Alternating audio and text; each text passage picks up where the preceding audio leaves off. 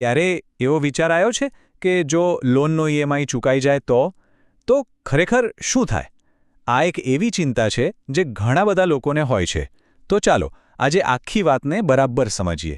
આખી પ્રોસેસ શું છે અને જે સૌથી મોટો ડર હોય છે એ સાચો છે કે નહીં.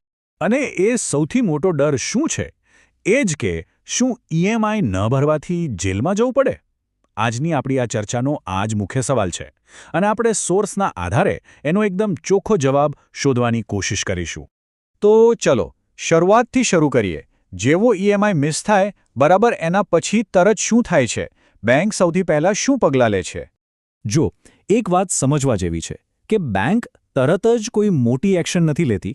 શરૂઆતમાં એ લોકો ફક્ત પેમેન્ટ યાદ અપાવવા માટે કોલ્સ કરે છે અને એક ઓફિશિયલ નોટિસ મોકલે છે.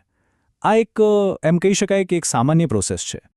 પણ માની લો કે કોલ્સ અને નોટિસ પછી પણ પેમેન્ટ નથી થતું તો શું? હવે આપણે એક એવા સમયગાળાની વાત કરીશું જે બહુ જ મહત્વનો છે અને અહીંથી આખી પરિસ્થિતિ બદલાઈ શકે છે.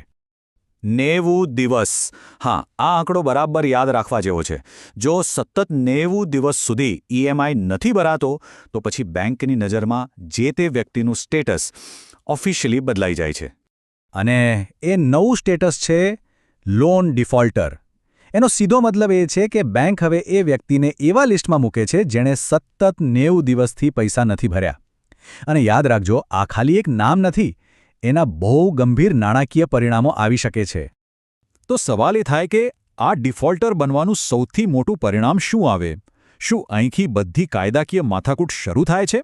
ચાલો જોઈએ કે આનો સૌથી મોટો ઇમ્પેક્ટ શું છે. અને આ છે એનો મુખ્ય જવાબ.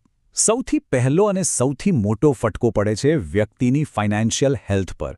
જે સિબિલ સ્કોર છે, જે ભવિષ્યમાં કોઈ પણ લોન લેવા માટે ખૂબ જ જરૂરી છે, એ ખરાબ રીતે ડેમેજ થઈ જાય છે. તો ચાલો આખી પ્રોસેસને ફટાફટ એક નજરમાં જોઈ લઈએ. પહેલું, ઈએમઆઈ ભરવામાં મોડું થાય. બીજું, બેંકમાંથી ફોન અને નોટિસ આવે. ત્રીજું, 90 દિવસ પછી ડિફોલ્ટર જાહેર કરવામાં આવે. અને ચોથું, સિબિલ સ્કોર પર બહુ જ ખરાબ અસર પડે. આ 4 સ્ટેપની પ્રોસેસ સમજવી ખૂબ જ જરૂરી છે. સારું, તો હવે પાછા આવીએ આપણા ઓરિજિનલ સવાલ પર. જેલ જવાનો જે ડર છે એમાં કેટલું સત્ય છે? ચાલો આ ડર અને હકીકત વચ્ચેનું જે તફાવત છે એને બરાબર સમજીએ. અને આ રહ્યું આપણું વાક્ય. સામાન્ય રીતે લોન ન ભરવાથી સીધી જેલ નથી થતી. આ એકદમ ક્લિયર કટ વાત છે. નોર્મલ સંજોગોમાં ઈએમઆઈ ન ભરવો એ કોઈ ક્રિમિનલ ગુનો નથી કે જેના માટે કોઈને સીધા જેલમાં પૂરી દેવામાં આવે. તો આખી વાતનો સાર આટલો જ છે. ડર છે જેલમાં જવાનો, પણ વાસ્તવિક પરિણામ છે ખરાબ થયેલો સિબિલ સ્કોર. આ બંને વચ્ચેનો તફાવત સમજવો બહુ જરૂરી છે. આ લડાઈ કાયદાકીય ઓછી અને ફિનાન્શિયલ વધારે છે, જે ભવિષ્યમાં આર્થિક રીતે બહુ નડી શકે છે. અને આ બધી વાત આપણને એક છેલ્લા સવાલ પર લાવીને ઊભી રાખે છે. ભલે લોન ન ભરવાથી જેલ ન થાય, પણ શું એક ખરાબ થયેલું નાણાકીય ભવિષ્ય, જ્યાં કોઈ નવી લોન ન મળે કે ઘર ખરીદવાનું સપનું તૂટી જાય, એ પોતે એક પ્રકારની કેદ નથી? આના પર વિચારવા જેવું ખરું.